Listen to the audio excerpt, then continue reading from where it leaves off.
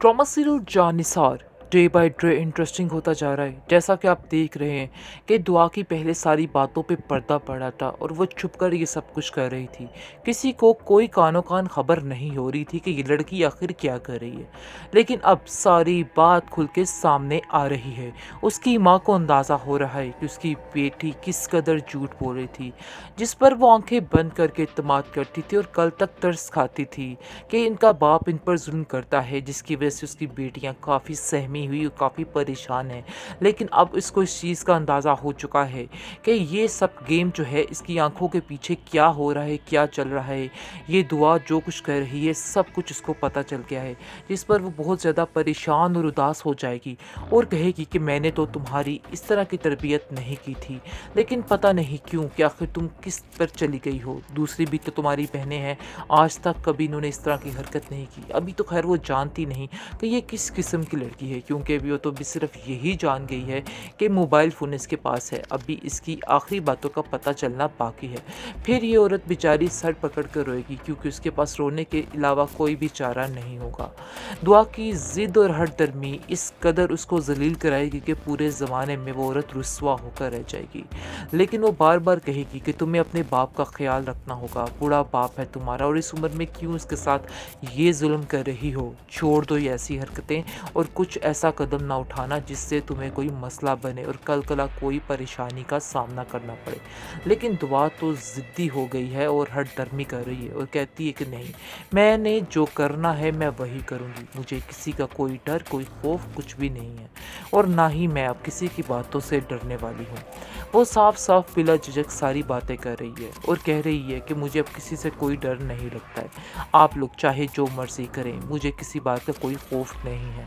दूसरी तरफ आप देखेंगे कि बहुत ज़्यादा रोती तड़पती है नौशेरवान के लिए उसकी बीवी, और वो बहुत परेशान रहती है और कहती है कि आप आखिर मेरे साथ ऐसा क्यों कर सकते हैं, कैसे कर सकते हैं। आगे से नौशेरवान उसको जवाब देता है कि आपको मैंने पहले ही कहा था, आप चाहें तो अभी सब कुछ रुक सकता है, लेकिन आपने मेरी एक नहीं सुनी। अब आपको खुद इन चीज़ों को हैंडल करना होगा, खुद इन चीज़ों को भटकना होगा, यानी कि खुद ही इनके सहारे चलना होगा और ऐसे ही ज़िंदगी गुजारनी होगी। जिसकी वजह से वो काफ़ी रोती और काफ़ी परेशान भी होती है। लेकिन अब उसके पास और कोई चारा नहीं, क्योंकि बार बार वो उसको समझा समझा कर थक गया था कि आप ऐसा मत करें, अपने दिल से ये सारी बातें निकालते हैं। इस तरह की बातें बिल्कुल भी आपको ज़ेब नहीं देती और ना ही आप ऐसा सोच सकती हैं। लेकिन कहाँ सुन रही थी ये औरत। इस औरत के सर पे तो बस यही सवार था कि मैं इस घर में आराम सुकून से रहूं और अपनी ज़िंदगी को अपने बच्चों की खातिर सुकून से गुजारूं। लेकिन वो ये नहीं जानती थी कि उसको लेने के देने पड़ जाएंगे, उसकी ज़िंदगी में कितनी मुश्किलें, कितनी रुकावटें आ जाएंगी। इस चीज़ का अंदाज़ा तो उसको था ही नहीं। इसलिए तो वो बेचारी अपने बच्चों की खातिर बड़ी खुशी से इस रिश्ते को कबूल कर रही थी। खैर अब देखेंगे कि फ़िलहाल काफ़ी ज़्यादा परेशान है वो खुद भी, क्योंकि उसको समझ ही नहीं आ पा रही कि आखिर ये इंसान ठीक हो भी सकता है कि नहीं। लेकिन ऐसा नहीं होने वाला, उसका दिलो दिमाग कहीं और पर ही अटका हुआ है, इसलिए और कुछ उसको नज़र ही नहीं आ रहा है। अब दुआ की तरफ वो लपकेगा और दुआ की तरफ ही वो भागेगा और दुआ की ज़िंदगी फ़िलहाल बदलने वाली है, क्योंकि दुआ जैसा सोचती थी, जैसा समझती थी वैसा ही होने वाला है। और उसको जब पता चलेगा कि वो लड़का जिससे वो बातें करती है वो एक कंगला इंसान है, तो वो उससे दूर हो जाएगी, क्योंकि कहीं न कहीं इसके दिमाग में पैसे का खुमार शामिल है और वो चाहती है कि हम सफ़र ऐसा होना चाहिए जिसके पास बहुत पैसा हो। पैसे की नीयत से वो सब कुछ कर रही है, जिसकी वजह से आप देखेंगे कि वो सिर्फ़ और सिर्फ़ नौशेरवान को ही चुनेगी और कहेगी कि मैं उसी से ही शादी करूँगी, ये मेरा आखिरी फ़ैसला है और मैं ऐसा करके रहूँगी। जिस पर सबकी वो ले लेगी, यानी कि किसी की हिमायत कोई भी इसके साथ शामिल नहीं होगा, लेकिन फिर भी बेहतरीन वो अपनी ड्रामा मर्ज़ी सीरियल करेगी। जानिसार। आप देखेंगे इस ड्रामे में कि हिबा बुखारी की ज़िंदगी में कितनी ज़्यादा तकलीफ़ें हैं। तकलीफ़ें इस बात के लिए हैं क्योंकि जो कुछ वो करना चाहती है वो उसके घर वाले इस चीज़ को नहीं एक्सेप्ट करते हैं। वो बहुत ही सादा मिजाज लोग हैं और उनके लिए ये चीज़ें बहुत ही ज़्यादा अजीब हैं। लेकिन हिबा बुखारी इस सब चीज़ों से तंग आ चुकी है और वो कहती है कि न जाने कौन सा दिन होगा जब मैं यहाँ से चली जाऊँगी, क्योंकि मैं अब इन लोगों में रह के तंग आ चुकी हूँ। उसकी माँ उसको समझाने की कोशिश करती है और कहती है कि बेटा तुम कैसी बातें कर कर रही हो? ऐसा क्यों सोच रही हो? न जाने ज़िंदगी कहाँ के इस मोड़ पर तुम्हें कैसे ले आए।